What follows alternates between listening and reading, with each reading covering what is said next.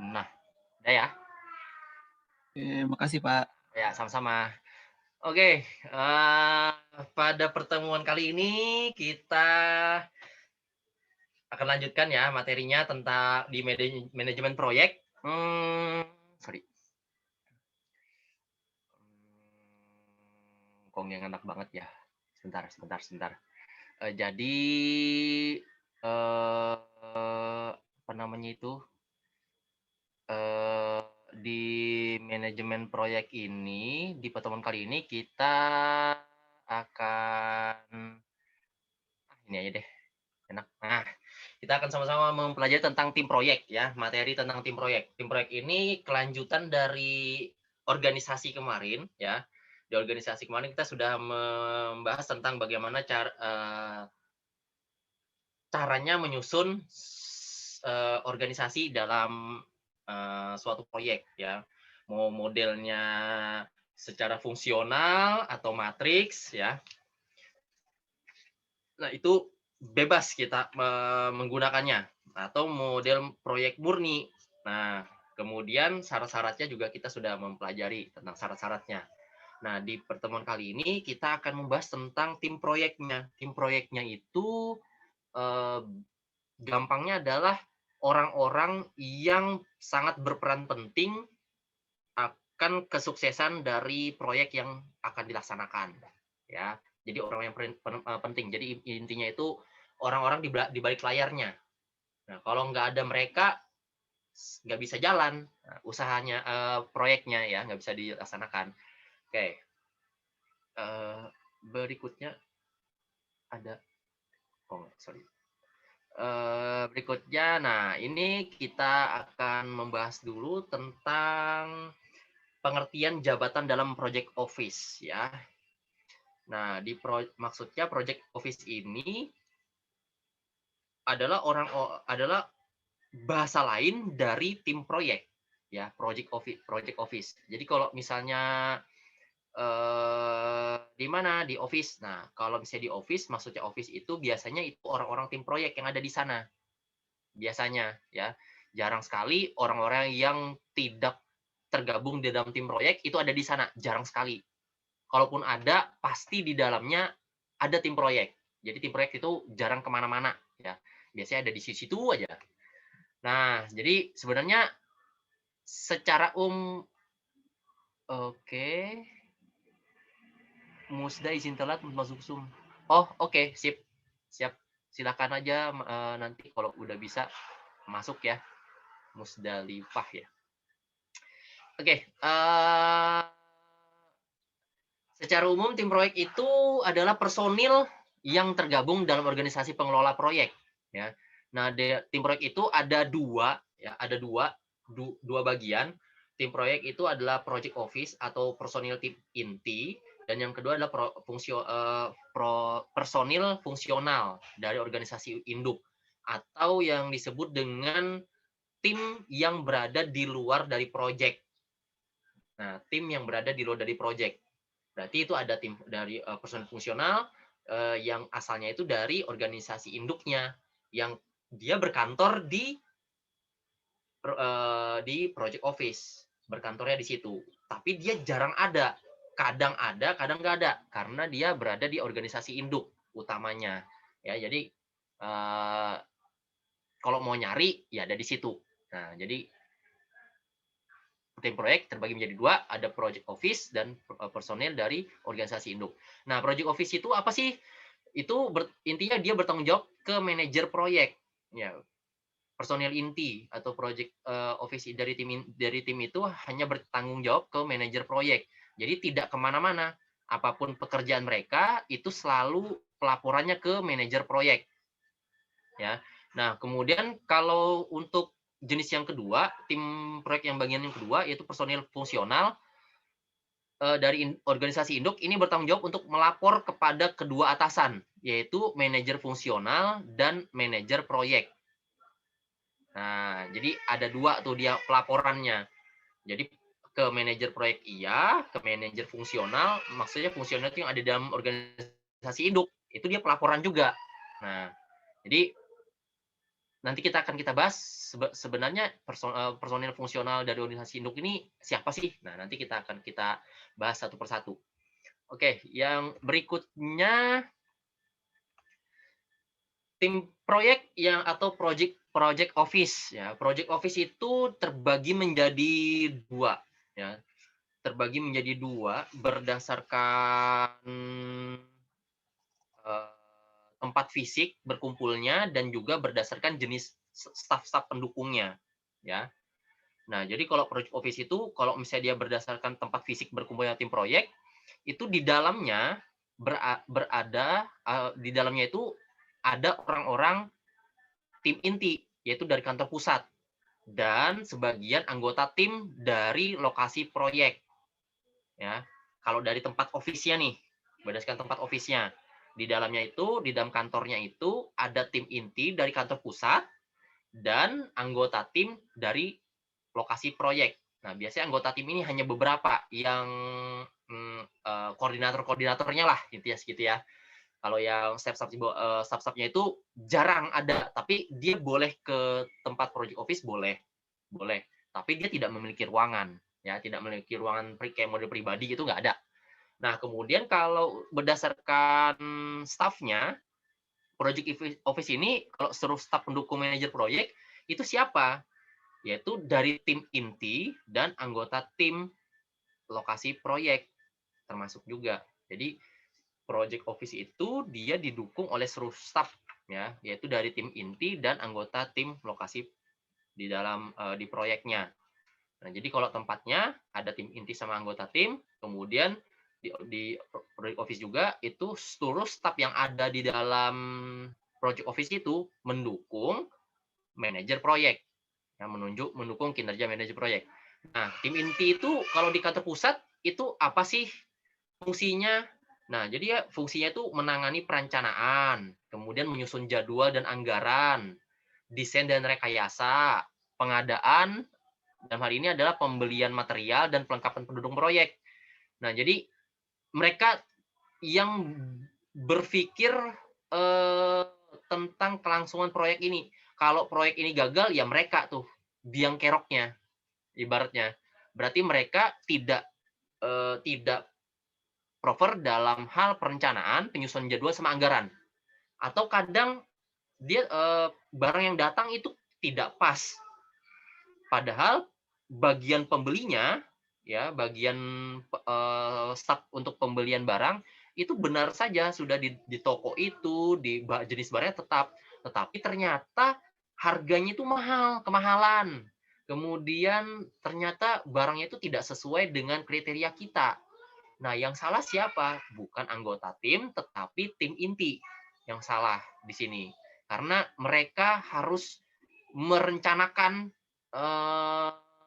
dalam hal penyusunan jadwal, anggaran, sama pengadaan-pengadaan. Mereka tuh yang komando. Kamu beli di sini ya, beli di sini ya, beli di sini ya. Nah, itu.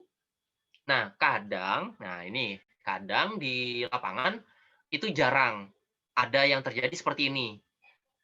Dari tim inti itu mendelegasikan ke bagian staf pengadaan. Misalnya staf pengadaan itu Adika, orang tim intinya untuk bagian pengadaan itu misalnya Rivaldi.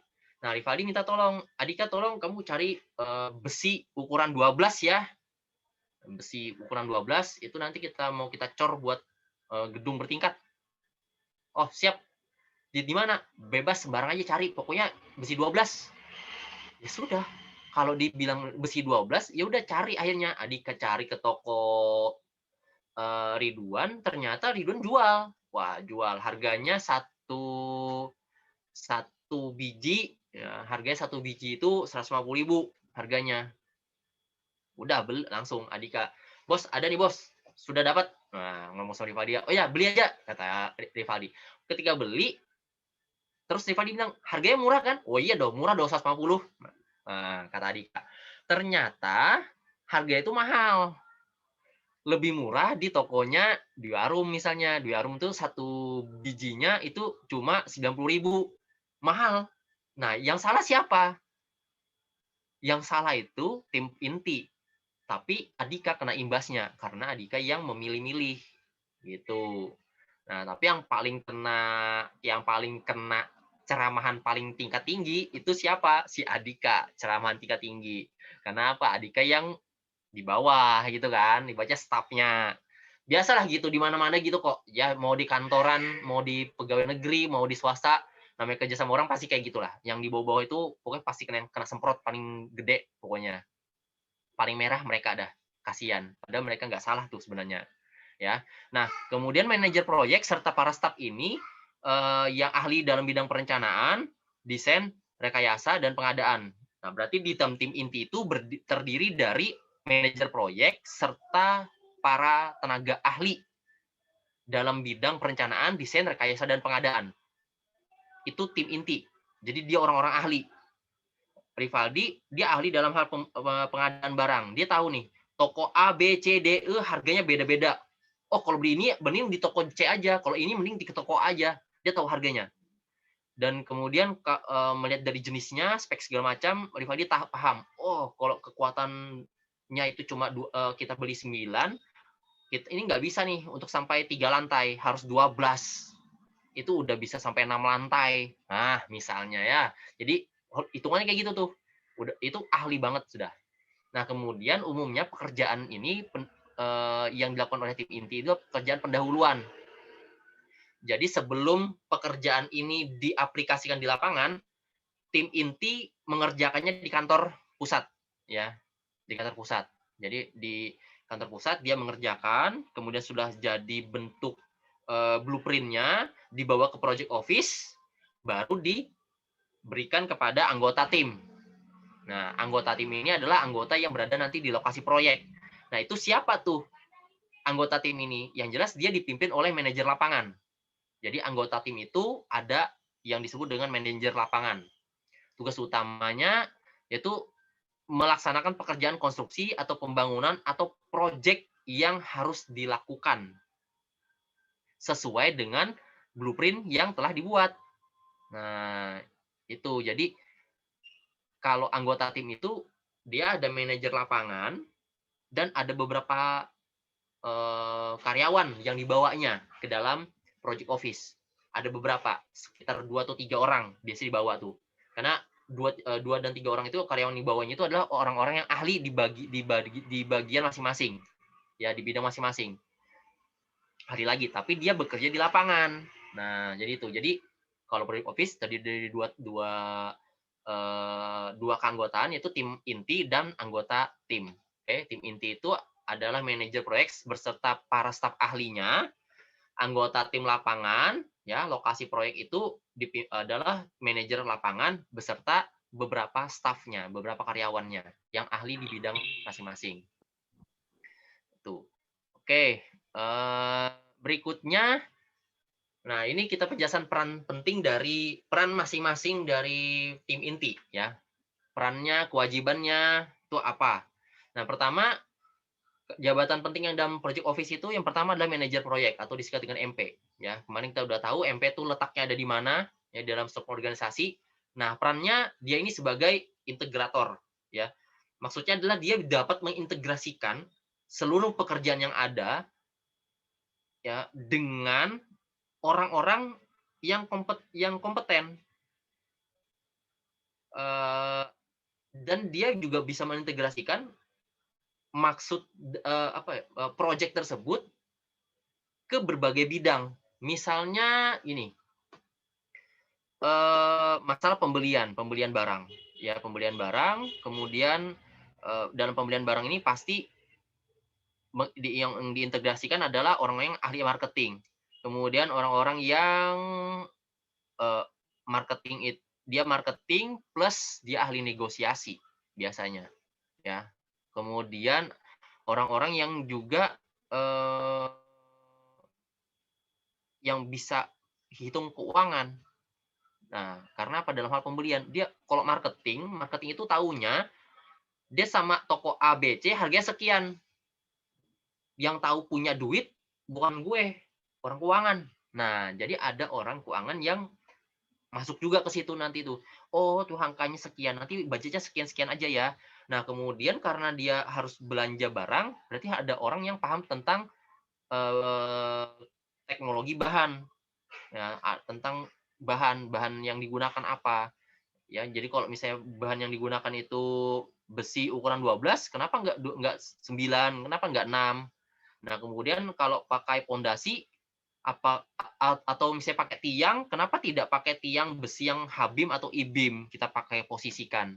Nah, itu orang ahli bahan tuh yang paham. Nah, orang marketing nggak tahu. Orang marketing itu taunya dia beli barang, tahu tokonya harganya sekian, dia taunya itu aja, sama negosiasi.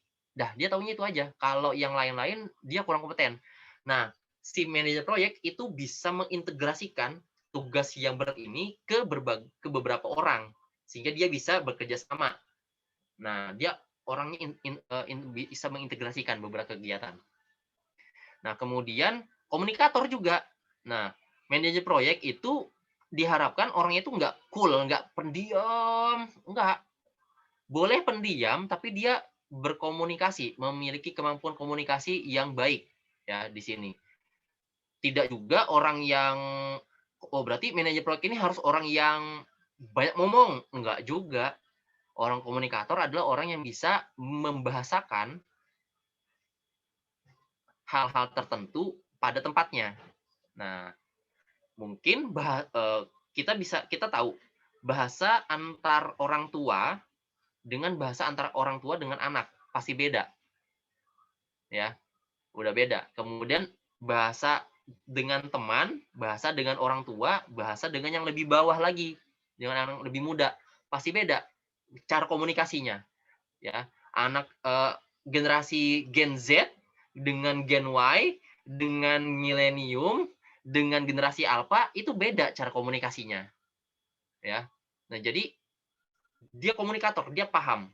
Nah, sehingga ketika semua laporan, ada memo, ada permintaan dan keluhan itu ditujukan ke manajer proyek, dengan beberapa inputan yang ada, dia bisa mengolah kemudian mengambil kesimpulan-kesimpulan, poin-poin penting, sehingga dapat disampaikan ke berbagai pihak yang terkait. Nah, dan ketika penyampaiannya ini harus dipilah-pilah, yang mana yang cocok nih buat yang bagian keuangan, mana nih yang cocok nih buat bagian marketing. Nah, itu bisa dikomunikasikan. Tidak mungkin bagian marketing kita berikan pencerahan untuk dengan menggunakan bahasa akuntansi.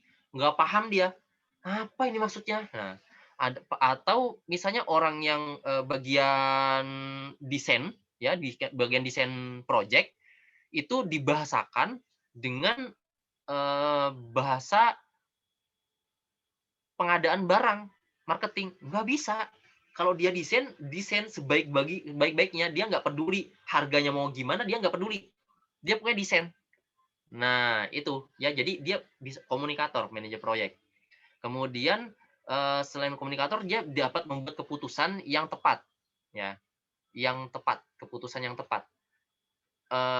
Maksud di sini yang tepat itu adalah pasti keputusan itu tidak bisa mengcover seluruh, eee, pegawai, seluruh karyawan yang ada, pasti ada pro dan kontra. Tetapi dia bisa membuat keputusan yang meminimalisir adanya kontra, ya, adanya perlawanan. Nah, dia membuat keputusan atau dia memang keputusannya ini nggak bisa dikurangi nih, memang pasti banyak nanti kontranya. Nah, tetapi dia punya cara bagaimana caranya keputusan itu smooth ketika diterima, sehingga dia tahu ini pasti orang bakal marah, tapi marahnya tuh nggak sampai marah banting meja misalnya, cuma marah dongkol gitu aja, gitu ya, ais ais gitu aja, mungkin gitu aja kan. Nah, itu dengan cara apa? Komunikator lagi, dia bisa mengkomunikasikan. Nah, setelah mengkomunikasikan, dia juga bisa, sebagai motivator. Kadang pegawai atau karyawan itu, entah siapa saja, karena kelamaan bekerja di dalam, project, ya biasa, Bang Toyib ya kadang 5 tahun, atau ya lama 5 tahun tuh. Kadang setiap lebaran baru pulang, atau misalnya setahun sekali saya baru pulang, setiap hari raya baru pulang misalnya. Nah, kan jauh dari keluarga, jauh dari istri, jauh dari anak gitu kan. Nah, dia memotivasi, motivasi dengan cara apa? Kamu kan jauh dari anak nih, ini loh, pakai aja nih." Misalnya dia kangen banget nih sama anak sama istrinya, tapi nggak bisa pulang karena kerjaan banyak. Gue bilang, "Kamu bisa nih pakai gunakan aja nih internet yang ada, yang kita punya. Kamu gunakan, bisa kamu video call, bisa kamu ini." Nah, dia motivasi, kemudian "Kamu kalau fokus kerjanya ini, kerjaanmu nanti cepat, bisa cepat pulang," misalnya. Nah, dia bisa memotivasi dan sebagai motivator, manajer proyek ini harus bisa melakukan pekerjaannya. Maksudnya adalah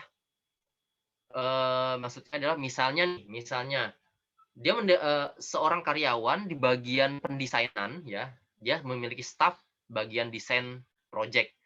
Dia mendesain kemudian dia stres, "Gimana caranya ini nih? Kok kayak gini nggak bakalan bisa, ini nggak bisa." Nah, seorang manajer proyek ketika mendengar itu lambat, dan hasilnya itu belum cepat selesai, dia bisa motivasi. Motivasinya dengan cara apa?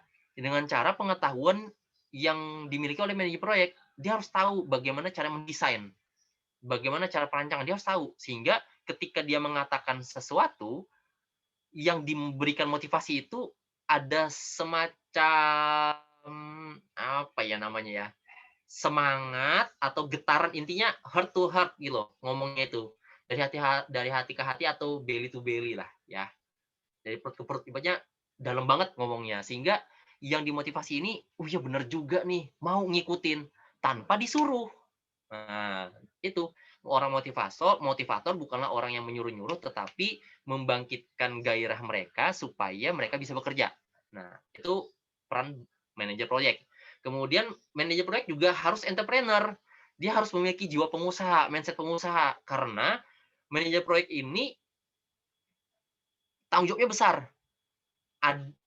Apabila sesuatu hal itu tidak ada, dia harus bisa menciptakan, harus ada, gimana pun caranya. Ketika ada permasalahan, bagaimana cara menyelesaikan masalah. Nah, itu orang entrepreneur tuh, menyelesaikan masalah tanpa banyak yang kecewa. Itu entrepreneur, mengadakan yang tidak ada menjadi ada. Mindset-nya harus mindset pengusahanya ada. Nah, misalnya nih, usahanya itu misalnya untuk melakukan pengadaan dana, ya, fasilitas dan orang-orang agar proyek ini bisa berjalan. Sehingga dia tahu nih, ciri-ciri orang yang bisa bekerja dalam waktu yang lama, itu siapa tuh. Terus ciri-ciri orang yang bisa bekerja dalam tekanan, itu siapa. Ciri-ciri orang yang bisa bekerja dalam waktu singkat, tapi cepat, itu siapa. Singkat, cepat, dan tepat, itu siapa. Nah, dia tahu tuh, karena pengalamannya tadi. Pengalaman sebagai karena dia bisa motivasi, dari motivasi dia bisa mengintegrasikan, komunikasi, dan memiliki pengalaman. Nah, sehingga dia sebagai agen perubah. Agen perubah ini pelopor ide baru dan inovatif. Sehingga kalau misalnya ada, eee, misalnya gini, ada suatu model desainnya sudah jadi, kemudian dipresentasikan. Nah, manajer proyek ini melihat, memandang, mungkin kelihatannya di pandangan oleh manajer proyek ini, hasil dari desain itu, ya umum misalnya. Contohnya umum gini, membuat suatu gedung ibaratnya gedung kampus ya, itu cuma segi 4. Manajer proyek melihat, "Kok segi 4 ya? Di mana-mana segi 4. Nggak ada kah yang misalnya trapesium? Nggak ada kah yang namanya, apa ya, bintang? Nah, bikin ruangan itu bintang aja, gambar bintang dari atasnya, jadi ada sudut-sudutnya, nggak bisa kah bikin kayak gitu?" Nah, salah satu contoh adalah agen perubahan itu yang jelas ya, yang jelas pada waktu itu adalah Pak Darma ya, mantan dekan kita ya, Pak Darma.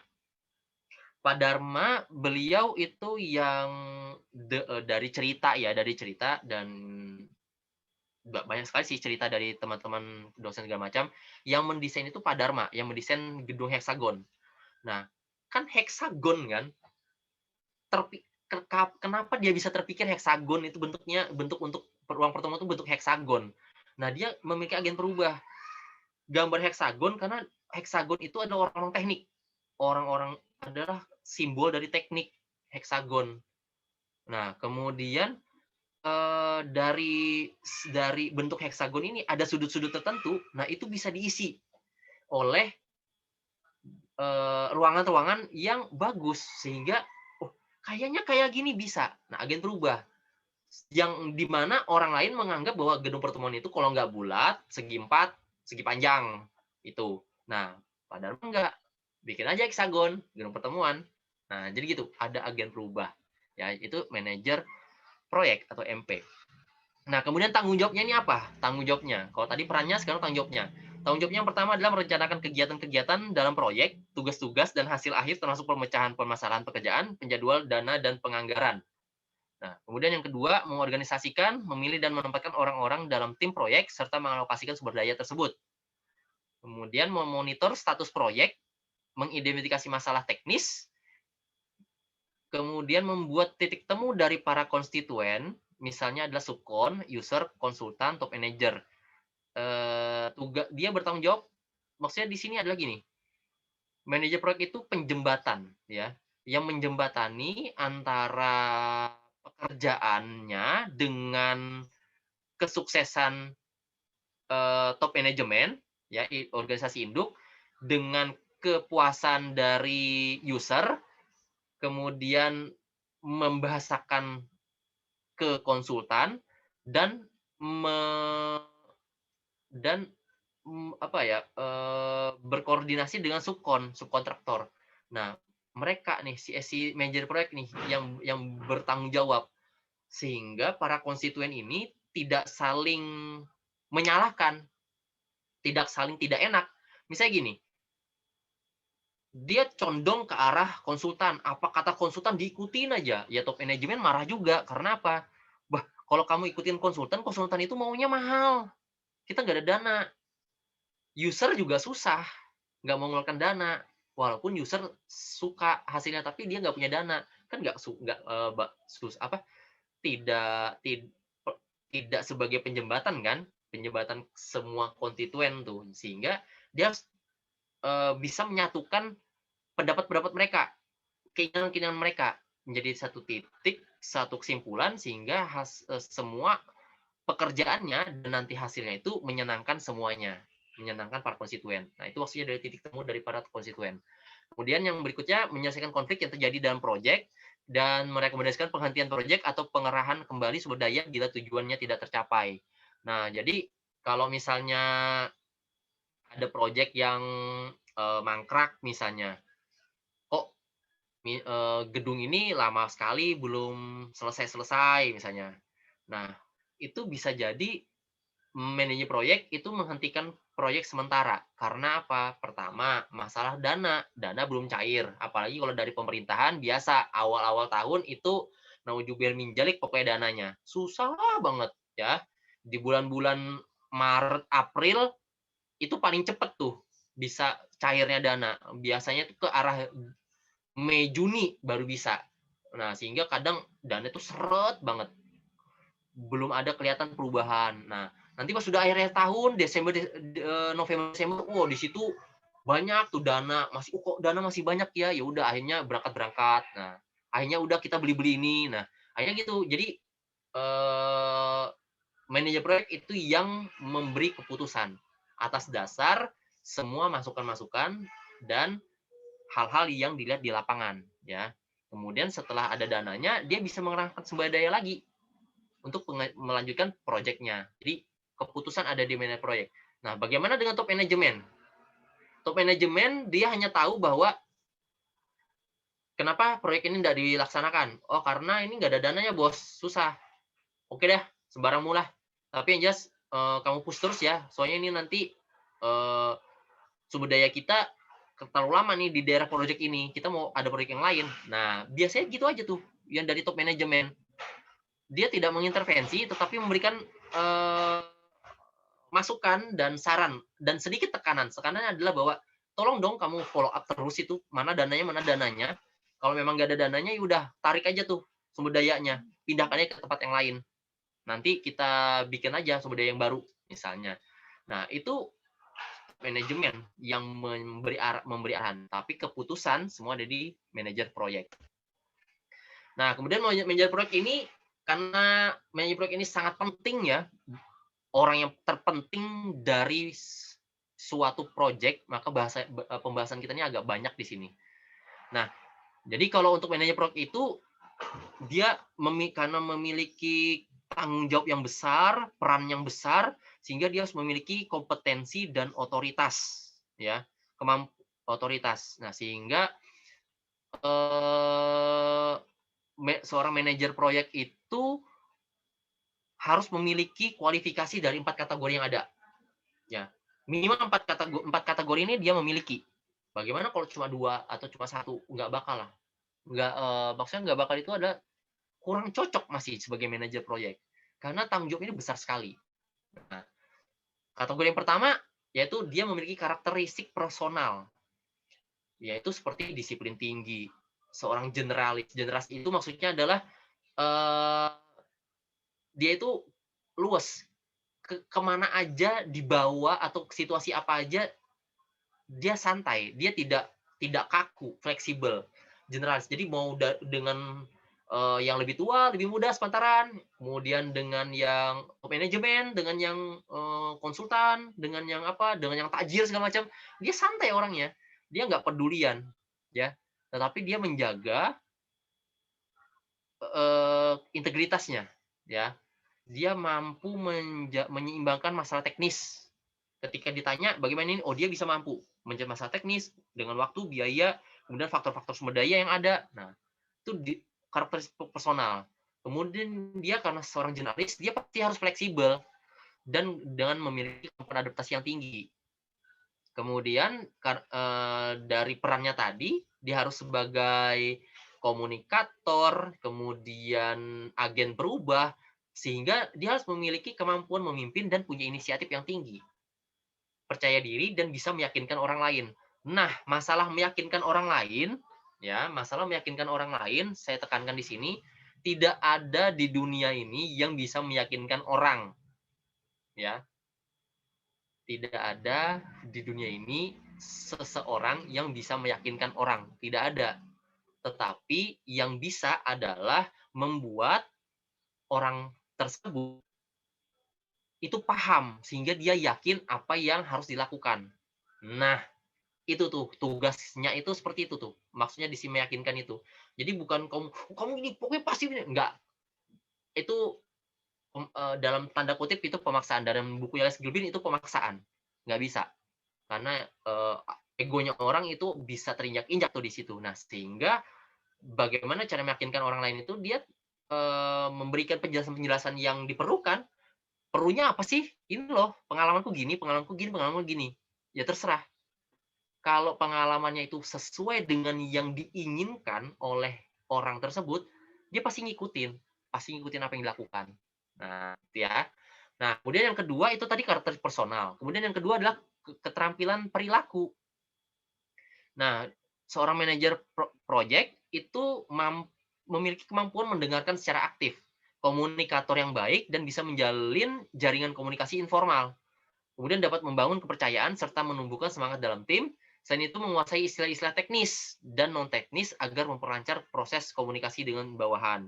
Maksudnya di sini adalah kalau dengan bagian-bagian keuangan, ada yang berbicara dengan orang-orang keuangan, orang-orang yang paham tentang keuangan, tentang proyek semacam, wah ini bagaimana nih masalah BEP-nya, ini gimana nih masalah bisa nggak kita ini pakai invoice saja, nah, misalnya. Nah itu kan istilah-istilah tuh. Bisa nggak kita ini apa namanya tuh? Eh, Bisa nggak ini pegawai saya ini take home pay-nya sekian. Nah, take home pay-nya sekian. Nah, itu istilah-istilah di bagian-bagian teknis. Kalau yang non teknis, ya itu istilahnya yang biasa, misalnya kayak model lu gua segala macam, atau misalnya kalau bahasa non teknis itu seperti tempat berkumpul. Kalau di bahasa saya dengan teman-teman itu pedokan. Jadi misalnya, "Yuk kita ke pedok." Nah, ke pedokan itu ya berarti tempat kumpul-kumpul kita tuh, di mana biasanya, kadang gitu. Atau misalnya Kalau kayak kami dulu misalnya, waktu saya ingat banget waktu saya SMA dulu, saya keluar izin sama guru, "Bu, izin Bu." "Oh iya silahkan." Ditanya sama teman, "Eh kemana lu, Rip?" "Ke pedok." Saya giniin. Nah, pedoknya di situ maksudnya adalah mana? Maaf ya, ke toilet maksudnya, pedokan. Ya jadi karena apa? Pedokannya toilet itu dulu waktu di SMA, itu banyak orang-orang ya, banyak teman-teman itu ke toilet itu buat ngerokok.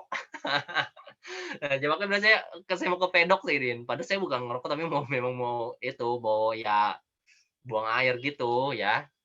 Jadi makanya itu istilah-istilah non teknis segala macam ya. Jadi hal-hal seperti itu yang perlu dikuasai tuh oleh manajer proyek sehingga apa? Ada rasa apa ya? Keterkaitan antara manajer proyek dengan karyawannya sehingga tidak ada lagi istilah lu atasan lu bawahan, nggak ada. Jadi kayak model memang kita misalnya karyawan berbicara dengan manajer proyek, memang dia hormat, tetapi karena manajer proyek ini dia nggak bisa berkomunikasi dengan baik, sehingga keluhan apapun itu bisa disampaikan ke manajer proyek. Kemudian dan manajer proyek itu bisa dijadikan sebagai panutan. Nah, jadi teman gitu. Jadi kayak model tidak ada batasan lagi, memang batasannya adalah, ya memang kamu adalah manajer proyek, ada batasnya, tetapi tidak kayak model apa ya, mengeluk-elukan gitu loh, enggak. Ya, biasa aja, santai, tapi ada batasan bahwa kita hormati, bahwa ya Anda adalah manajer proyek, kita hormati tetap, tapi tidak sampai menyembah-nyembah itu enggak, ya. Nah, itu kalau kita bisa menguasai istilah teknis dan non teknis, itu komunikasi kita pasti lancar. Nah, kemudian berikutnya adalah keterampilan bisnis. Oke, keterampilan bisnis di sini, oke. Keterampilan bisnis di sini, dia harus memiliki pemahaman tentang mengenai organisasi dan masalah bisnis itu sendiri. Ya, maksudnya masalah proyek itu sendiri.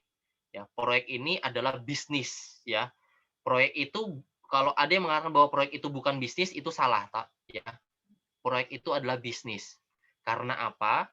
Karena kita melakukan suatu kegiatan ya menggunakan sumber daya kita sendiri dan ada sistemnya.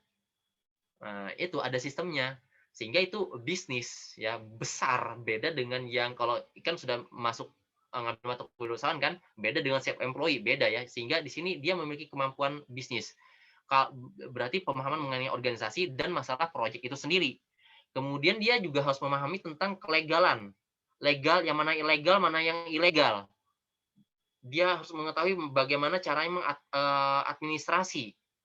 Kalau orang tidak paham tentang administrasi, ini yang dikatakan oleh eh, teman saya, Bu Roma, dia seorang eh, mantan manajer di IBM, ya. Dia mengatakan gini, kalau orang yang tidak memiliki kemampuan administrasi, dia bakalan berada di level low, ya. Pekerja di level low aja. Karena apa? Dia pekerja kasar berarti. Dia nggak tahu administrasi. Tapi kalau orang sudah tahu administrasi, dia udah bisa naik step. Kalau memiliki kemampuan yang lebih, dia udah bisa berada di atas. Dia tahu tuh, bagaimana cara berurusan dengan orang, administrasinya apa saja. Dia harus tahu. Nah, jadi manajer proyek, karena dia ini pimpinan, dia harus tahu administrasi. Bagaimana kalau masuk sini, oh berarti pakai proposal dulu. Proposalnya bahasanya kayak gini. Arahnya kemana? Ke sini, ke sini, ke sini. Apa saja yang diperlukan? Nah, itu administrasi. Nah, kemudian tahu tentang konsep umum mengenai keuntungan. Tidak yang namanya untung itu, kalau tidak serta-merta untung itu adalah gue dapat kerja gini, gue dapat berapa? Bukan gitu. Keuntungan di sini, ya, keuntungan di sini adalah ketika kita mengerjakan sesuatu, eh, manfaat benefitnya itu apa buat kita? Ya, ketika kita melakukan proyek, kita investasi dulu pertama. Biasanya seperti yang penjelasan saya sebelum-sebelumnya, biasanya biaya itu tidak langsung 100% dikucurkan.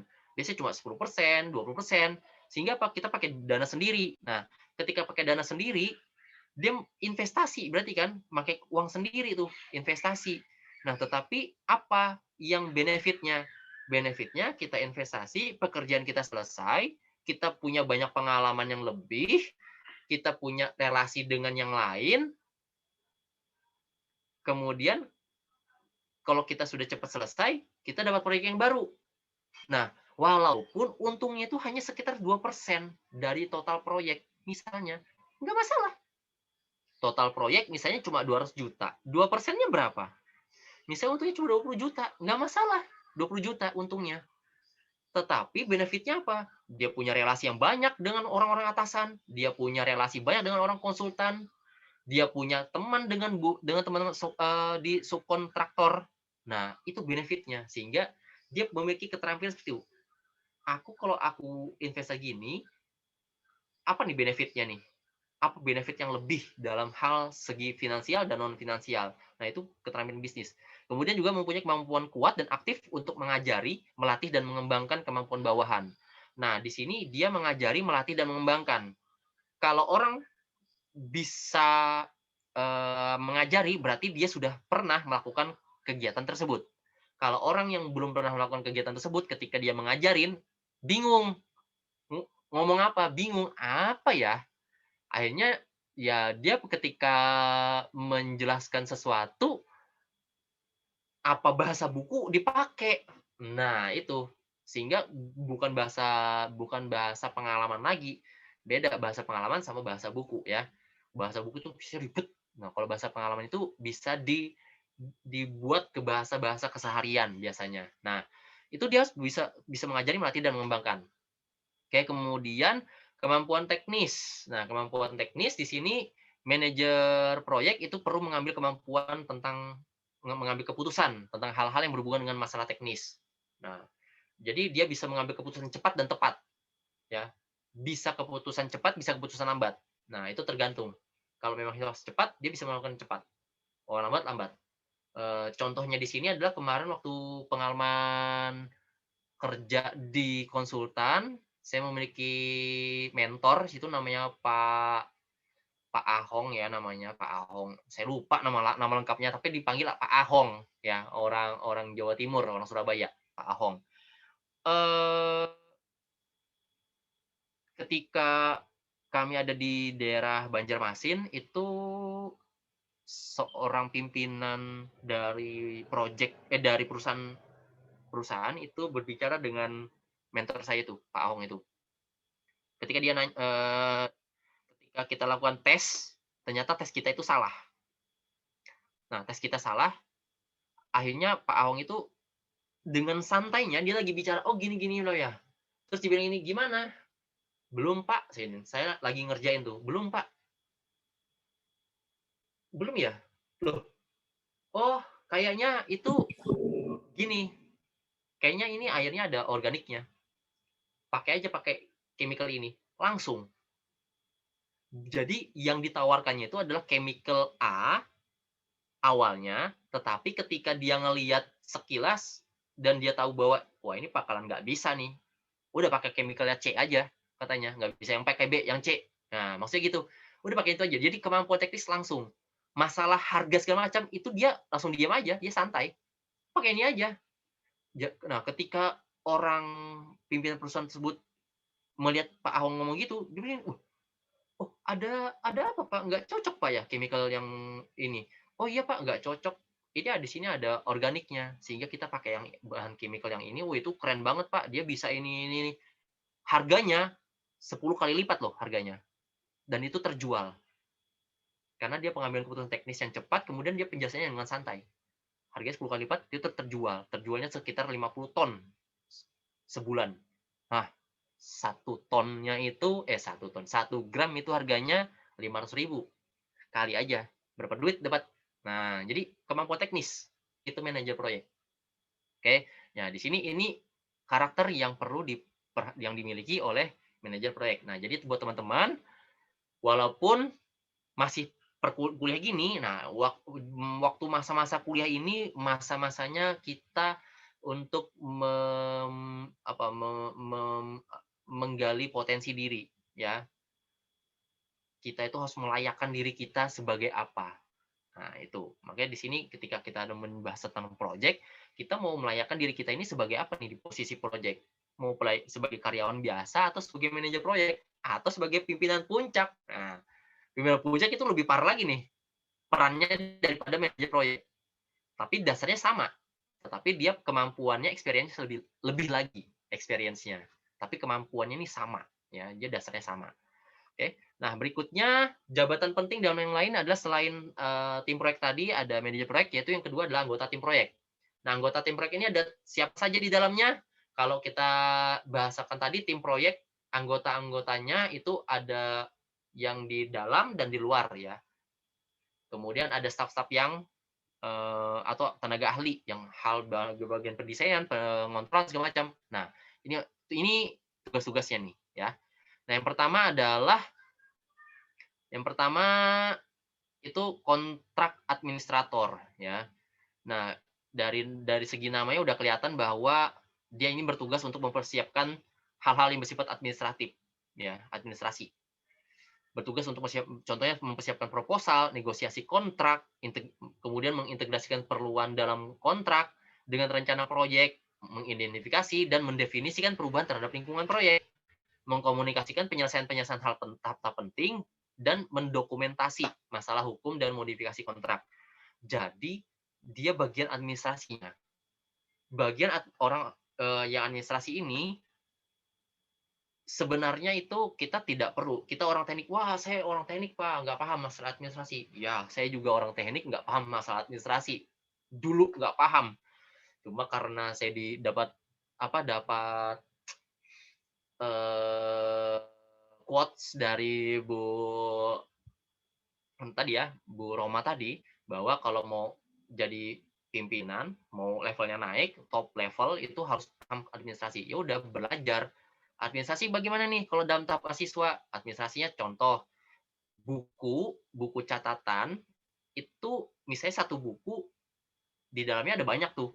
Ada mata kuliah A, B, C, D, nah gitu kan. Nah, itu kita pilah-pilah, yang ini mata kuliah A, yang ini B. Nah, kalau yang nggak bisa administrasi, ciri-cirinya halaman pertama nih, mata kuliah manajemen proyek sudah selesai, ikutin ini, kemudian habis ini ngikuti mata kuliah Oleo misalnya, lembar berikutnya Oleo, nanti besoknya pendidikan agama misalnya, pendidikan agama, terus lanjut gitu aja, akhirnya bingung ini materi proyek yang mana aja ya halamannya.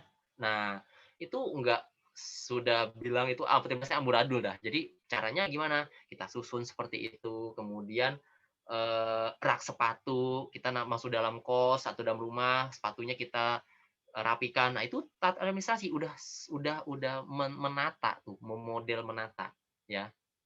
Kemudian kalau ada hari ini dapat tugas, itu misalnya lupa kan dicatat tugasnya hari ini, nanti ditempel dulu di mana, nanti ketika pulang ngelihat, oh iya jam ini. Nah, ini administrator. Kemudian bikin jadwal kegiatan misalnya, itu administrator. Jadi eh, kita bertindak sebagai administrator itu bisa dilakukan pada saat perkuliahan ya, pada saat mahasiswa ini. Itu banyak banget tuh pengalaman experience-nya nanti. Nah, kemudian yang berikutnya adalah anggota tim proyek yang berikutnya adalah project controller. Nah, dari namanya berarti dia mengontrol ya, mengelola suatu project. Nah, sehingga di sini tugasnya adalah membantu manajer proyek dalam hal perencanaan, pengendalian, pelaporan dan evaluasi. Ya, kemudian bekerja sama dengan manajer fungsional dalam mendefinisikan tugas dan hubungan tugas antar bagian. Kemudian menentukan orang yang bertanggung jawab untuk mendapatkan tugas, memonitor kemajuan tugas dan pekerjaan, mengevaluasi kemajuan, merevisi estimasi waktu dan biaya untuk menyelesaikan proyek. Nah, project controller ini karena dia bisa mengestimasikan waktu sama biaya, berarti dia harus memiliki pengetahuan tentang keuangan, pengetahuan tentang administrasi, pengetahuan tentang bagaimana solusi-solusi yang ada dan pelaporan. Karena bahasa kasarnya project controller ini adalah deputi, adalah wakil dari manajer proyek. Bahasa kasarnya gitu. Dia wakil. Yang mewakili manajer. Karena setiap pelaporan itu lewat dari dia tuh. Yang berkaitan dengan project. Nah, kemudian berikutnya ada project account. Nah, di sini membantu pekerjaan akuntansi dan finansial pada MP. ya, manajer proyek. Kemudian membantu mengidentifikasi tugas yang perlu dikendalikan, menyiapkan estimasi biaya dan menginvestigasi masalah finansial. Nah, project controller dengan project accountant itu biasanya dia bekerja sama dalam hal mengestimasi biaya. Nah, project accountant bisa mengestimasi biaya dengan cara mengetahui data dari project controller. Project controller tahunya itu dapat dari mana? Dapat dari pelaporan dan pengevaluasian di lapangan. Kemudian bisa juga mendapat input-input atau memonitor kemajuan dari tugas dan pekerjaan tiap-tiap bidang. Nah, dapat dari situ udah tahu, oh ternyata biayanya udah segini, segini, segini, ya gitu. Itu jadi yang paling penting di sini ada project controller. Kemudian project controller itu bisa membantu di bagian-bagian yang lain. Nah, kemudian yang keempat adalah customer liaison, ya. Customer liaison ini adalah perwakilan teknis klien atau user dalam tim proyek. Nah, ini ikut dalam pembahasan teknis dan mereview apa saja yang sedang dikerjakan, membantu dalam pengubahan kontrak, dan menjaga hubungan kontraktor sama customer. Ya, maksudnya di sini adalah, misal, contoh konkret gampangnya lagi nih. Unmul mau buat gedung perkuliahan, bukan gedung fakultas di tanah kosong yang ada di sebelah teknik. Nah, yang ngawasin siapa? Nggak mungkin rektor yang ngawasin. Akhirnya siapa? Ditaruhlah customer liaison. Ditaruhlah seseorang atau dua atau tiga orang, pokoknya ditaruh sebuah tim yang sebagai perwakilan dari rektor. Dalam hal ini, misal Padekan, Padahlan, ya. Padahlan itu customer liaison. Karena apa? Kan bikin fakultas teknik, dia harus tahu, wah teknik tuh gini ya, kenapa ya ini gini, nggak gini-gini. Nah, nanti ketika dilihat ketika ada rapat dia ikut, loh kok terjadi perubahan ya seperti ini. Nah, dia nanti mereview teknis, kayaknya ini nggak kayak gini deh, ini kayak gini.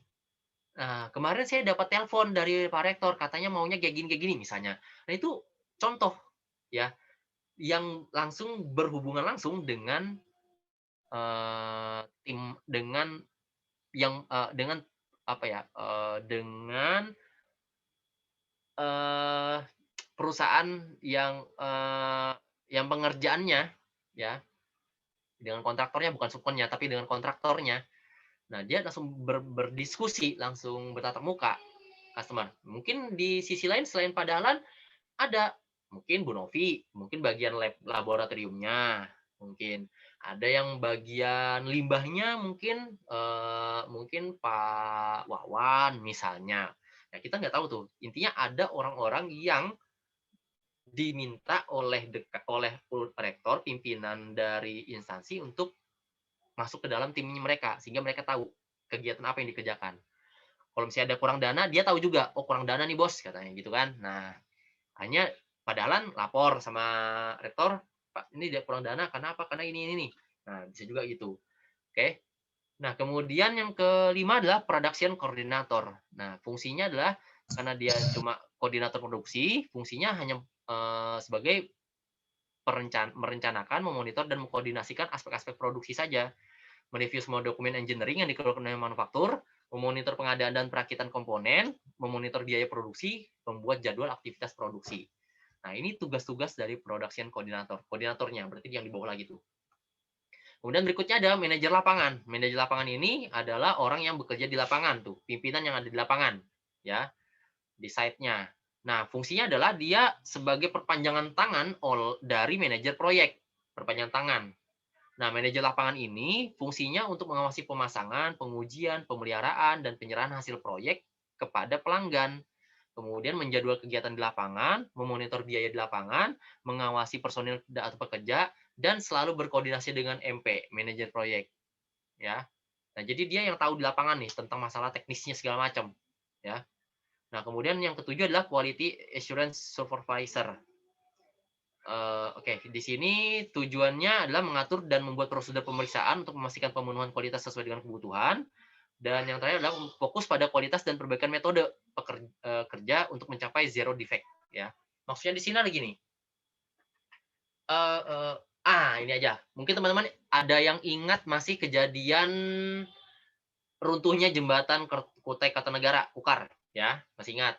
Nah, pada saat itu kakak saya, ya, kakak pertama saya itu kerja di lab provinsi. Lab provinsi, lab konstruksi di depan DPRD provinsi, ya, di mana, di Rawa Indah gitu. Nah, eh pada saat itu kakak saya bilang gini, itu runtuh karena ketika sampel betonnya itu baru dikirim ke tempat kami, dikirim ke tempat kami baru mengerjakan, mereka udah pasang tiang, udah ngecor segala macam, dan udah jadi tuh katanya, udah ngerjain terus. Nah, padahal kita belum selesai pengujiannya. Setelah kita selesai pengujian, kita berikan bahwa ini kurang kuat, tapi sudah berdiri katanya. Akhirnya apa? Kalau kurang kuat berarti udah kita berikan sampel yang baru katanya. Nah, sampel yang baru tidak tahu nih, intinya sampel itu datang aja ke bagian provinsi, provinsi, bukan orang provinsi yang ngambil sampel ke sana, tapi orang proyek, kontraktornya yang ngirim sampel ya buat pengujian. Nah, ketika yang berikutnya, di pengujian berikutnya itu bagus.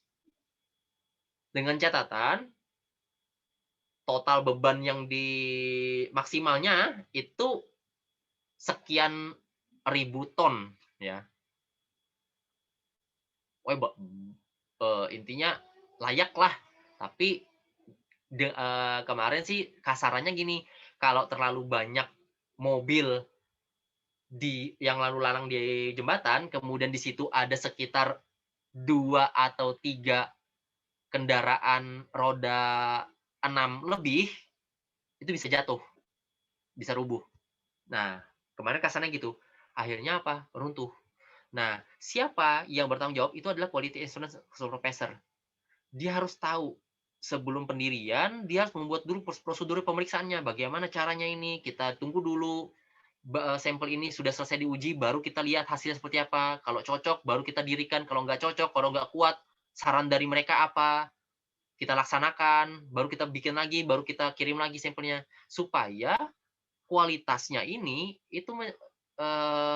kualitas barangnya ini, itu mencapai zero defect. Ya. Tidak ada lagi insiden. Insidennya 0, zero. Nah, itu fungsinya dari quality assurance supervisor. Sehingga dia ini kalau terjadi apa-apa dalam kualitas suatu barang, itu quality assurance supervisor yang kena. Nah, dan ini bertanggung jawab ke mana? Ke manajer lapangan. Tanggung jawabnya. Nah, biasanya quality assurance supervisor ini biasanya dalam tanda kutip itu orang-orang yang tidak dipakai oleh manajer lapangan. Karena apa? Biasanya orang quality assurance supervisor ini adalah orang independen. Maksudnya dia memang bekerja di dalam tim proyek, tetapi dia fungsinya adalah ini loh nggak cocok, ganti. Tapi dia tidak bisa mengintervensi. Yang membuat keputusan adalah manajer lapangan. Manajer lapangan lapor kepada manajer proyek bilang oke. Okay. Nah, berarti kan intinya tergantung manajer lapangan. Nah, biasanya manajer lapangan ini kontrak quality assurance supervisor biasanya ya, sehingga ini perlu diperhatikan juga nih bagian-bagian kayak gini. Oke. Nah, berikutnya ada peran yang lain nih. Anggota yang lain yang di luar dari tim proyek, yaitu yang ada di dalam manajer top, ya, di dalam manajemen top, yaitu ada manajer program atau direktur proyek. Nah, ini diperlukan apabila perusahaan memiliki banyak proyek yang dilaksanakan pada waktu yang bersamaan, sehingga diperlukan orang untuk mengkoordinasikan para manajer proyek. Maksudnya adalah ketika dalam suatu waktu, dalam 1 tahun ini perusahaan Ridwan itu dapat 10 proyek, ya. Semua ada manajer proyek. Bingung, proyeknya ini ada yang tentang proyek pembangunan jalan tol, pembangunan infrastruktur pemerintah, ada pembangunan tempat ibadah, ada pembangunan jembatan, ada pengadaan barang ke Pertamina misalnya, ada banyak lah, ada 10. Pusing si Ridwan, kalau semuanya ini, semua manajer proyek ini lapor ke aku pusing. Ya udahlah, aku pilih deh 1 orang. Di Arum tolong dong, nah misalnya. tolong dong ini sebagai manajer program ya, atau direkturnya, kamu direkturnya deh, pokoknya kamu yang ngelola nih 10 proyek yang ada. Jadi kamu ada dibantu sama 10 manajer proyek, akhirnya kayak gitu. Sehingga nanti pokoknya semua laporan ini 10 ini ke kamu. Yang lainnya kalau nanti ada lagi baru nanti ke aku langsung. Nah, akhirnya kayak gitu tuh. Nah, itu disebut dengan manajer program atau direktur proyek. Tugasnya adalah mengarahkan atau mengevaluasi kegiatan dari seluruh manajer proyek, kemudian memastikan bahwa arahan semua proyek ini tidak keluar dari tujuan dan strategi perusahaan, bekerja sama dengan para pemimpin fungsional perusahaan untuk melakukan alokasi sumber daya dan menyelesaikan konflik pemakaian sumber daya antar proyek dengan cara melakukan prioritas. Kemudian memastikan bahwa perubahan yang terjadi dalam proyek tetap memperhatikan batas biaya, waktu, dan performansi. Serta yang terakhir adalah membantu dalam mengembangkan kebijakan-kebijakan perencanaan dan teknik pengendalian manajemen proyek. Nah, jadi misalnya di sini adalah contohnya kalau misalnya organisasinya ini menggunakan organisasi matrik yang kemarin, dia penggabungan ada ya berarti sebagian itu menggunakan sumber daya yang ada di manajemen utama ya, manajemen induk. Nah, ketika ada 10 proyek, bingung nih, proyek mana ini yang lebih prioritas? Karena kalau kita pakai semua nggak cukup nih. Kita perlu banyak kontraktor nanti, akhirnya kemana? Udahlah, kita lebih prioritas yang ke sini aja, karena mungkin ini lebih cepat selesai. Supaya bisa lebih cepat selesai dan kerjaannya ini bisa mudah aja. Udah kamu ke sini aja, semuanya ke sini. Ayo kerja semua selesai baru nanti dialokasikan. Nah, itu yang mengatur itu siapa? Direktur proyek yang ngatur, ya. Nah, kemudian yang terakhir adalah manajemen puncak. Manajemen puncak ini bertanggung jawab untuk mensukseskan pelaksanaan manajemen proyek. Ya, manajemen puncak. Tugasnya adalah menetapkan secara jelas tanggung jawab dan wewenang manajer proyek terhadap manajemen lain, menentukan lingkup dan batas tanggung jawab pengambilan keputusan yang dimiliki manajer proyek, kemudian menetapkan kebijakan dan dalam menyelesaikan konflik dan penetapan prioritas, menjabarkan tujuan-tujuan yang akan digunakan untuk mengevaluasi performansi manajer proyek, serta yang terakhir adalah merencanakan dan memberikan dukungan pada suatu sistem manajemen proyek yang bisa menyediakan informasi yang berguna untuk perencanaan, pengendalian, pemeriksaan, dan evaluasi proyek yang ada. Ya, jadi intinya manajemen puncak ini adalah bagaimana mengatur atau bagaimana manajemen yang cocok pada proyek yang ingin dilaksanakan. Bagaimana perusahaannya ini itu bisa lebih berkembang. Ya, kadang tujuannya udah beda nih. Misalnya tujuannya pendirian PT ini untuk bagian konstruksi jembatan saja misalnya. Karena jembatan sudah banyak, wah udah kurang misalnya peminatnya, udah kita lari, nggak usah selain ke jembatan kita lebarkan sayap dong. Mungkin kita ke pembuatan gedung bertingkat misalnya. Ya udah, karena situ. Nah, itu yang menetapkan siapa? Manajemen puncak yang menetapkan, bukan manajemen proyek. Manajemen proyek pelaksana aja, gitu. Oke. Nah, yang ini terakhir, anggota tim proyek. Dari yang dijelaskan tadi, ini apa namanya? Ini struktur organisasinya, ya. Manajer proyek di puncak, kemudian customer liaison itu di luar dari proyek anggota tim, ya. Makanya di sini ada titik garis putus-putus sehingga dia ini adalah cuma garis koordinasi, ya, cuma menanyakan saja. Berarti dia di dalam manajemen proyek. Kemudian manajer proyek itu dibantu oleh 4 divisi, yaitu ada wakil fungsional, ada project engineer, kontrak administrator, dan project controller. Nah, kemudian project controller itu dibantu sama project akuntan, kemudian project engineer dibantu oleh 3 bidang. Ada project koordinasi, quality assurance supervisor, sama manajer lapangan. Ya, nah manajer lapangan ini kalau di sini posisinya dia setara dengan quality assurance supervisor sama koordinator produksi, ya. Nah, dalam tempat yang lain, manajer lapangan ini di bawah project manager. Ya, manajer lapangan di bawah project manager, sehingga yang di sini itu tidak ini yang umum tetapi kadang bisa dimodifikasi lagi. Oke. Jadi itu yang bisa saya sampaikan. Ada pertanyaan? Silakan.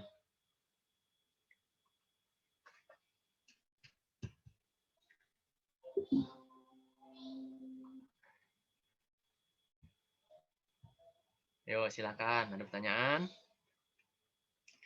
tentang manajemen, tentang tim proyek? Oh ya, sebelum sambil nunggu siapa tahu ada yang mau nanya ya. Ini saya langsung kasihkan saja tugas ya, tugas untuk UTS, untuk UAS. Mas lama kan UAS, wah.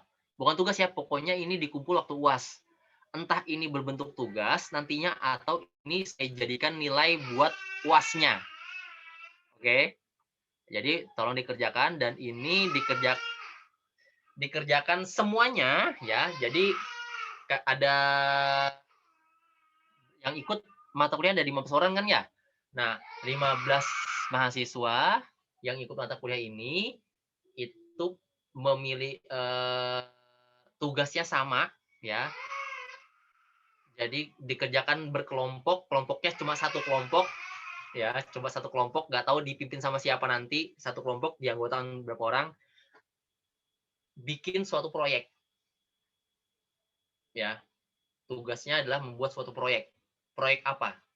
Kemudian dijabarkan model organisasinya, kemudian bentuk proposalnya seperti apa, ya bentuk proposalnya seperti apa, kemudian eh, masalah pendanaannya, ya perencanaan, pendesainan segala macam, pokoknya yang berkaitan dengan proyek yang supaya proyek itu selesai. Ya contohnya gini, contohnya misalnya nanti inti judulnya bebas ya, mau proyek apa ya, misalnya ini saya contohkan aja nih, atau gampangnya gini aja deh. Saya tanya nih, yang HMTK ya, HMTK punya proyek nggak yang di bagian apa tuh, yang Aquades kah atau apakah, ada nggak proyek yang HMTK? Itu divisi apa tuh di HMTK? Yang Aquades segala macam. RK Pak, riset dan kimia. Nah, riset dan kimia. Nah, itu ada proyek nggak di situ? Kalau untuk itu ada sih Pak sebenarnya. Kalau tahun lalu tuh ada kan kayak pembuatan Aquades, sabun dan biodiesel gitu. Nah, gara-gara ini online jadi tuh dijadikan satu gitu Pak, tapi buat video gitu, nah edukasi gitu kan. Nah, tapi itu ada juga penelitian yang kayak kita ngebantu yang kayak 2018 ini mau penelitian dan segala macam gitu lah Pak, gitu sih. Gitu. Itu ya. Oke. Proyek-proyek yang dulu-dulu itu ada yang belum selesai nggak? Masih ada ya? Kayaknya terlaksana semua sih itu Pak. Tapi kayak Sudah selesai kayak semua ya? apa? Ya, cuman kayak skala kecilnya doang gitu loh Pak. Oh, jadi Aquades sudah selesai berarti? Aquades tuh kemarin gara-gara ini apa? Udah terlaksana sih kayaknya tuh kemarin. Saya lupa juga karena Nah, ini apa? nggak terlaksana kan ya? Ada alatnya nggak? Ya ada alatnya nggak? Nah, jadi gini, misalnya ya saya contohkan aja nih, misalnya kalian ngambil proyek tentang Aquades. Yang ngerjain kalian semua nih yang ikut mata kuliah saya nih. Siapa manajer puncaknya? Siapa manajer proyeknya? Nah, apakah perlu manajer proyek? Itu pertanyaannya ya. Apakah enggak? Karena ini udah kita nggak perlu pakai manajer proyek, tapi kita langsung aja nih semua langsung kita manajer puncak sebagai manajer proyek misalnya. Nah, itu bebas tuh kalian membuat seluruh organisasinya. Nanti di bagiannya apa? Perencanaannya, pendesainannya. Nah, jadi kita membuat konsep di sini adalah kita membuat konsep saja. Pelaksananya berarti kan kita pelaksananya di lapangan tuh nanti. Kita kan nggak bisa ke lapangan nih. Nah, jadi di sini adalah kita hanya merencanakan, mendesain, kemudian mengatur estimasi, masalah biaya, waktu, kemudian pegawainya, kemudian tahap-tahapannya, pokoknya semuanya lah agar proyek ini bisa terlaksana. Nah, luarannya dari bukan luarannya ya, apa ya? Ya, tujuannya dari tugasnya ini adalah ketika sudah selesai ya kalian ngerjakan, itu nanti ketika diterapkan itu tinggal dilaksanakan di lapangan. Jadi konsep sudah ada. Jadi ibaratnya kalian buat blueprint-nya. Konsep sudah ada. Pengerjaannya, dari kapan, dari ini, apa aja, beli barang di mana, beli alat apa, harga berapa. Nah, estimasi semua itu. Nah, jadi modelnya gitu ya contohnya. Siap kalau mau ngambil judul itu nggak masalah, tapi kalau mau lebih gampang, yang ambil aja proyek-proyek yang ada di HMTK atau kita ciptakan proyek baru di HMTK. Nggak tahu tuh apa tuh misalnya proyeknya itu misalnya pembuatan biogas misalnya untuk daerah apa tuh daerah yang binaan kita, binaan teknik kimia misalnya. Itu boleh, nggak masalah ya. Jadi intinya bikin project sehingga nanti ketika di lapangan bisa dilaksanakan. Nah, kalau untuk project masalah ini apa namanya? Membantu misalnya kita sediakan Zoom atau apa, membantu penelitian kita sediakan ruang Zoom. Intinya untuk masalah web-web gini kayaknya tuh jangan dulu karena agak ribet deh kayaknya itu ya. Agak ribet ke arah situ dan itu tingkat apa ya, kalau menurut saya sih ya, tingkat keberhasilannya itu agak rendah karena permainannya untuk di daerah itu adalah permainan aplikasi langsung ke lapangan. Nah, sedangkan kita yang di proyek ini, kita ke tekniknya, ke teknisnya. Jadi bagian awalnya kita bicarakan, kalau sudah jadi, udah jadikan blueprint, tinggal dilaksanakan. Siapa yang mau laksanakan? Itu aja. Ya, jadi itu nanti dikumpulkannya pas waktu UAS. Saya nggak tahu ini mau jadi nilai tugas atau nilai UAS. Tapi just kerjakan, ya. Nanti tinggal dibagi aja tugas. Misalnya Imam sebagai project controller. Berarti Lian misalnya sebagai assurance quality-nya. Nah, misalnya assurance quality quality assurance supervisor. Nah, berarti kan Aquades ini bagaimana nih uji kelayakannya, airnya, bahannya, ya bahannya misalnya menggunakan akrilik, gimana cara analisanya, di mana. Nah, itu ditulis tuh. Itu bagiannya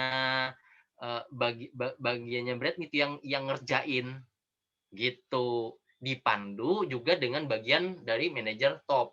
Saya manajer top itu kayak model kalau nanti ada manajer proyek bantu. Kalau nggak ada berarti manajer puncak yang bantu gitu ya. Tuh bikin tuh kayak gitu. Jadi seolah-olah kalian tuh punya project, punya perusahaan dan punya project. Kalau mau pakai nama perusahaannya bebas, perusahaan apa namanya sembarang lah kalau mau tulis. Misalnya perusahaan MKP, PT MKP misalnya kan, MKP manajemen proyek misalnya, nggak masalah. Atau ya manajemen proyek angkatan berapa gitu ya, nggak masalah, bebas kalian ya bikinnya. Itu ya, itu untuk tugas. Untuk pengerjaannya nanti dikumpul di UAS nanti, UAS. Oke, ada yang mau tanya? Silakan. Saya, Pak. Ya, silakan. Gini, Pak. Enggak, Pak. Enggak apa-apa, Pak. Kalau ini, Pak, kalau seandainya dalam suatu proyek itu terjadi sebuah eksiden atau itu, Pak, kegagalan proyek itu kan, itu yang disalahkan itu ketua MP atau ketua pusat, Pak.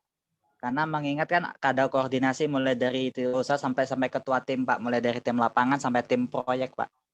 Itu aja, Pak. Oke, sip. Bagus pertanyaannya. Jadi kalau bisa ada insiden, gimana tuh kejadian di lapangan? Siapa yang bertanggung jawab? Ya, yang bertanggung jawab.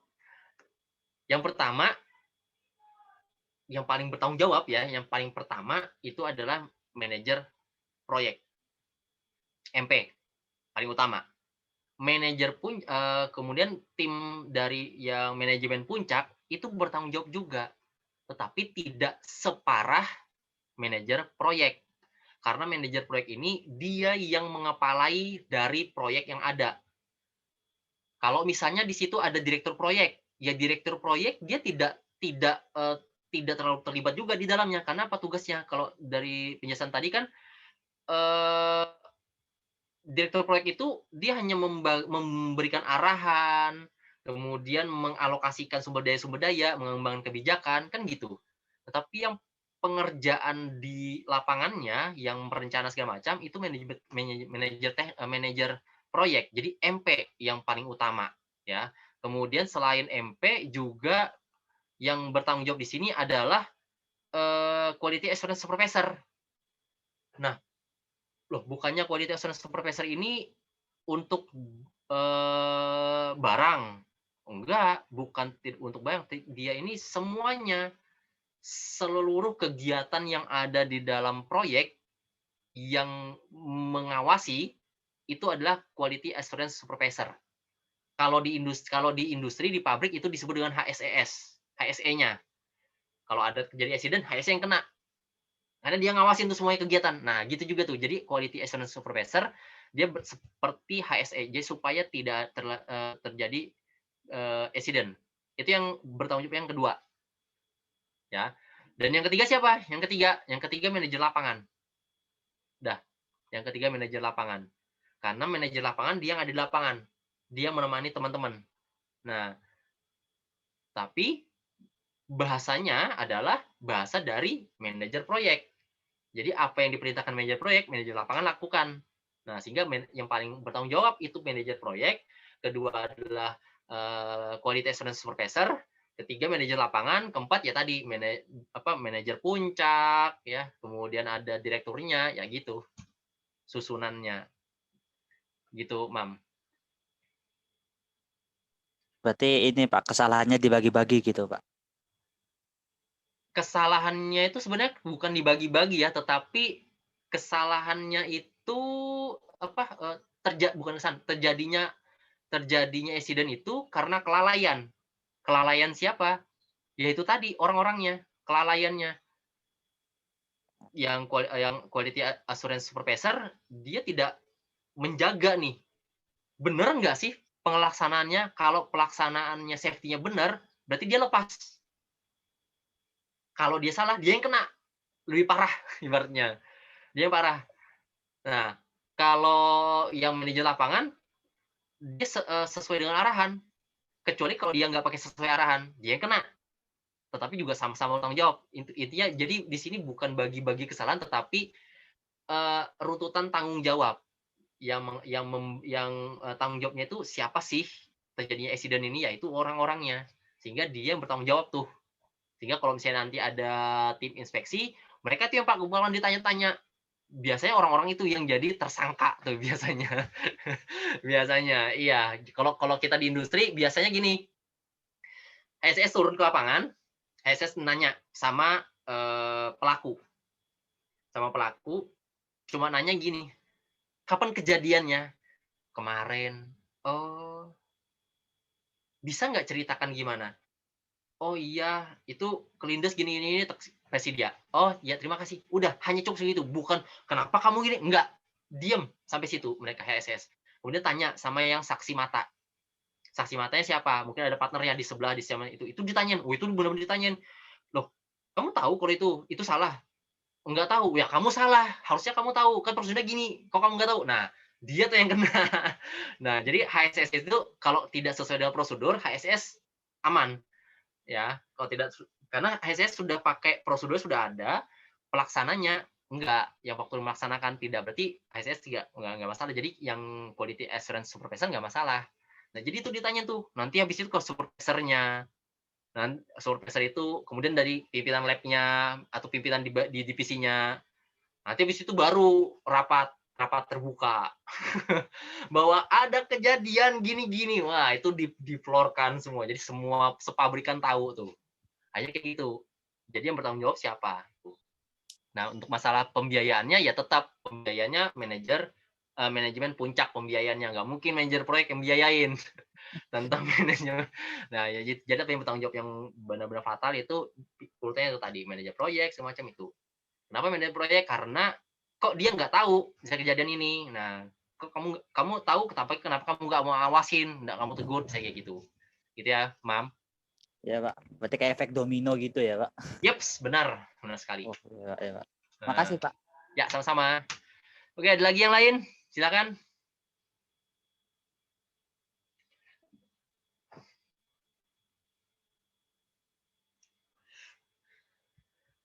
Ada lagi yang lain? Boleh nanya tugas Kak, Pak? Oh ya boleh tanya, Bapak tanya. Tugasnya itu kan kalau ndak buat pengganti UAS kan buat tugas itu Pak. Nah itu kan kelompoknya itu satu kelompok ya kita semua yang di orang-orang di MKP ini ya Pak. Yap, betul. Itu ada tenggat waktunya nggak Pak untuk pembentukannya? Oh, itu bebas. Intinya saya cuma terima jadi dikirim di MOS pada waktu UAS. Oh iya Pak. Nah, itu bebas. Mau dari hari ini bentuk langsung bebas. Bikin strukturnya langsung bekerja kalian bebas. Itu tinggal kalian berkoordinasi tuh. Ya. Iya Pak. Hampir sama dengan angkatannya Bang Ius. Ya, Ius, Agus Anggri. Itu hampir sama. Tapi kemarin itu kalau nggak salah mereka bikin WTP tuh. Ya, bikin WTP. Nah, cuma kemarin itu bagus, tapi tidak terlalu detail masalah kayak model susunan pengerjaannya ini kapan-kapan itu nggak terlalu detail masih. Nah, kalau bisa ini lebih didetailkan lagi, ya. Berarti kayak bikin proposal gitu nggak Pak? Enggak proposal semuanya, strukturnya, proposalnya gimana, kemudian tugas-tugasnya, kemudian si misalnya bagian manajer proyek ini dia mengatur dia mendelegasikan kan, berarti kegiatannya dia mendelegasikan. Nah, benar nggak mendelegasikan tuh? Saya mendelegasikan ke imam ini sebagai bagian project controller. Nah, bagaimana tuh caranya mengontrol proyek yang ada? Nah, nanti imam yang ngerjain itu didampingi sama manajer proyek juga. Jadi manajer proyek itu ikut bekerja tuh semuanya. Ya sampai bekerja. Jadi bukan terima laporan aja ya, enggak ya. Manajer proyek ikut bekerja juga sama yang lain. Nah, kalau misalnya karena Hairul Imam ini cuma bagian project controller, ya, berarti project controller kan kalau di bagian yang tadi kan itu dibawa dia memiliki divisi lagi satu, yaitu kontrol akuntannya. Berarti Hairul Imam bekerja sama dengan akuntannya juga, bagian biaya. Nah, kalau sudah bagian biaya selesai, ini selesai, nah bagian yang lain Imam nggak perlu ngerjain. Kayak model bagian quality assurance supervisor nggak perlu, tugas masing-masing aja. Gitu. Tapi kalau nanti ditanya, Mam ini kamu gimana caranya ini? Oh gini ini, yaudah nanti ku kontrol kayak gini caranya. Nah itu berkoordinasi nanti dengan Imam si bagian kontrol quality asuransinya tadi. Nanti bagian yang lain juga gitu, nanya, ini bagaimana masalah waktu misalnya. Waktunya kan Imam yang bikin. Nah, yang bikin Imam kemudian pembreakdown-nya, jadi Imam tuh bikin waktunya gini. Proyeknya itu 3 tahun. Proyeknya 3 tahun, kemudian 1 tahun harus jadi apa? 1 tahun harus jadi apa per tahun. Nah, nanti di divisi yang pelaksananya itu di breakdown lagi per tahunnya. Tahun pertama berarti pembelian barang ini yang nanti dalam 3 bulan, target 3 bulan selesai. Ini 2 bulan selesai, ini 3 bulan selesai. Nah gitu, nanti ada waktu-waktunya lagi sehingga nanti jelas masalah waktu. Oh ini dari 3 tahun kemudian per tahunnya apa, per bulannya apa. Per hari perlu nggak perlu per hari, per bulan aja. Ya karena kalau proyek itu nggak bisa kita hitungnya per hari, langsung per bulan. Ya karena hitungan per bulan itu pun kalau misalnya 3 bulan itu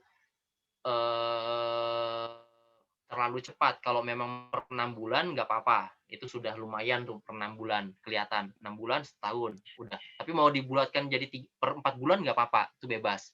Itu bagian yang project-nya lagi tuh. Jadi gitu tuh bagian yang lain. Nah nanti ada yang bertingkat sebagai customer relation misalnya. Siapa tuh? Misalnya Dias Galuh customer relation.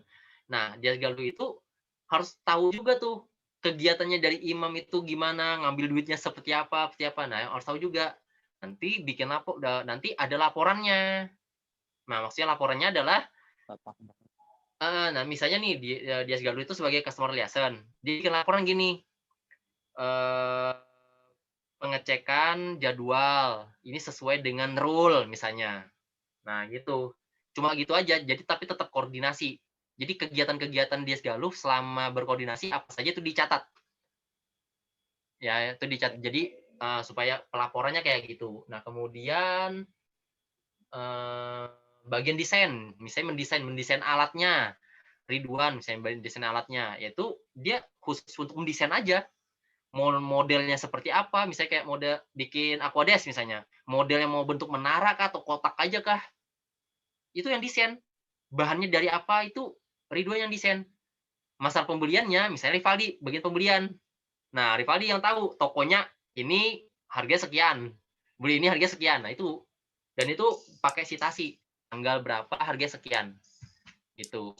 Misalnya nanyanya nggak di internet, tahu ada di toko, pernah nanya, misalnya toko sebelah tuh nanya, ada jual ini pompa, misalnya ada berapa harganya misalnya 2 juta misalnya pompa. Ya udah tulis 2 juta pada tanggal sekian di PT ini. Gitu aja tulis.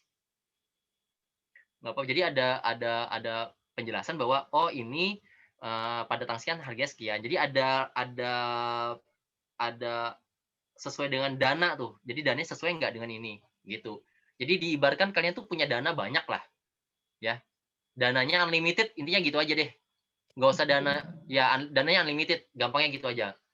Karena kalau saya tekankan punya dana cuma 30 juta, pusing kalian nanti bikinnya. Pusing. Intinya dana kalian unlimited sehingga kalian bebas berkreasi. Intinya kan di sini kan pelatihan aja nih, melatih untuk bisa manajemen proyek. Gitu. Kalau yang saya tangkap ini Pak, berarti kita itu kayak ini ya Pak, kayak ada suatu proyek. Nah, kita itu bikin organisasi mulai dari yang puncak sampai yang sampai yang cabang-cabangnya. Nah, itu kan berarti setiap dari puncak ke cabang itu kan berarti ada jalur koordinasinya. Nah, itu nanti kita di tugasnya itu di diskusi atau kita bikin dalam secara tertulis itu Pak. Saya belum nangkap yang bagian itunya Pak. Di molds-nya itu nanti Pak. Oh, gitu. Jadi kalau misalnya untuk koordinasi itu khusus untuk customer liaison aja ya. Karena customer liaison itu kan dia kegiatannya cuma dia nempel aja tuh. Tapi kalau misalnya kalian tidak menggunakan customer liaison, tidak menggunakan itu, ya berarti nggak usah. Ya, kalau gunakan berarti ada. Kalau misalnya ada, berarti kegiatan yang dia tulis nanti yang dia tulis di tugas itu kegiatan koordinasinya pada tanggal sekian koordinasi ke Khairul Imam menanyakan tentang ini. Nah, dananya sekian-sekian ini. Nah, maka sesuai ibaratnya gini, customer liaison itu misalnya si Dias Galuh ini dia sebagai orang pihak kedua orang yang diberi tanggung jawab untuk menggunakan air aquadesk. Dan dia punya uangnya. Nah, Dias Galuh, nah ini bisa jadi Dias Galuh bilang gini, aku punya dana sekian, bisa tuh. Dias Galuh yang mengatakan aku punya dana sekian, jadi ada limitnya. Tapi kalau nggak pakai customer liaison, bebas dananya seperti apa. Nah itu ditulis, misalnya dananya sekian, cukup nggak ini gimana gitu. Jadi koordinasi itu yang dikerjakan sama customer liaison. Tapi kalau tidak ada, nggak usah, nggak apa-apa, karena itu cuma optional aja customer liaison ya. Karena itu pihak luar nih, bukan dari manajemen proyeknya, bukan pihak luar. Orang luar nimbrung ke punya kita, intinya gitu. Jadi kalau mau pakai itu silakan, kalau enggak juga nggak apa-apa. Oke. Nah, kemudian kalau untuk yang di bagian manajemen proyeknya, yang dari manajemen produk segala macam, koordinasinya itu nggak perlu ditulis. Hari ini koordinasi nggak perlu. Kayak model kerjaan kelompok aja, kerja kelompok. Misalnya mau Khairul Imam mau ngerjain tentang bagian keuangannya misalnya, ya dengan kerjain nanti koordinasinya nanti sama ketua sama MP misalnya, manajer proyek atau sama pimpinan puncak. Kalau misalnya danaku sekian ini nggak apa-apa kan ya? Nah, tanya gitu nggak apa-apa. Nah, kalau nggak mau ngomong juga apa-apa. Ya, intinya kalau nggak ngomong berarti tidak memberikan pekerjaan sama si manajemen proyek kan, manajer proyek kan. Maksud saya itu manajer proyek itu ada kerjaan supaya dia mikir juga nih bikin keuangan seperti apa. Nah, supaya fungsinya dari manajer proyek kan dia paham semua kerjaan tuh. Ya, paham semua kerjaan. Nah, paham semua kerjaan itu dalam hal ini di tugas tidak perlu dilaporkan. Tidak perlu dilaporkan. toh nanti kelihatan sendiri kok nanti perubahannya yang didapat perubahannya kelihatan sendiri kok. Tahu tentang bagaimana manajemen waktu, proyek, semua ini dia tahu kok. Ya, tapi nggak perlu dilaporkan. Yang dilaporkan tadi cuma tadi itu aja. Anggarannya gimana, jadwalnya seperti apa, desain alatnya seperti apa, bahannya beli di mana, kemudian jenisnya apa, pelaksananya kapan. Nah, kemudian perlu nggak subkon, berarti kan bagian administrasi tuh, kontrak administrator. Nah, perlu nggak kita pakai subkontraktor? Kalau nggak perlu, ya udah. Kalau bisa perlu, siapa yang bertindak sebagai subkonnya? Misalnya yang bertindak sebagai subkon, misalnya Rifaido misalnya, yang bertindak sampai subkonnya. Ya udah, berarti Rifaido bisa bilang, aku nggak mau angkanya sekian, angka kontrak, mau naikkan lagi tinggi. Nah, gitu. Jadi ada perannya Rifaido juga gitu. Jadi Rifaido tulis di situ pelaporan dari pihak PT siapa Rifaido ini kan meminta dana untuk proyek ini sekitar sekian. Nah, itu jadi atas dasar itu nanti bisa dibuatkan kontraknya sama si bagian kontrak administrator. Nah, untuk pembuatan kontraknya itu, kontrak kerjanya itu ada juga tuh kontraknya. Jadi proposal, kontrak ya. Kontraknya, kontrak kerjanya. Gitu, bagian administratif. Jadi kayak gitu. Jadi kalau untuk koordinasi nggak perlu ditulis, nggak perlu. Nah, gimana, Mam? Udah paham, Pak. Udah ya? Oke, semoga ini nanti kalau misalnya bingung nanti tanya aja nggak apa-apa ya, tanya lagi nggak apa-apa ya. Oke, jadi maksud saya itu kita langsung ke prakteknya aja nih, cara walaupun dalam hal pembelajaran di sini tidak ada yang salah, tidak ada yang benar ya. Jadi kerjakan, nanti kalau hasilnya gimana nanti tetap saya baca, kalau ada yang perlu ditambahkan, diperbaiki nanti saya kabarin. Nanti kalau tapi nilai sudah ada, tinggal bilang nanti ini begini, nah, gitu. Ada masukan-masukan segala macam, tuh ya. Oke, kalau nggak ada pertanyaan saya cukup sekian. Masih ada? Nggak ada ya? Nggak ada? Ada? Nggak ada? Ada? Oke, kalau tidak ada, saya cukup sekian perkuliahan hari ini. Terima kasih atas perhatian Anda. Assalamualaikum warahmatullahi wabarakatuh dan selamat siang. Siang, Pak. Terima kasih ya, Pak. Makasih, Sama-sama. Pak. Siang, Pak. Makasih ya, Pak. Oke. Saya close ya.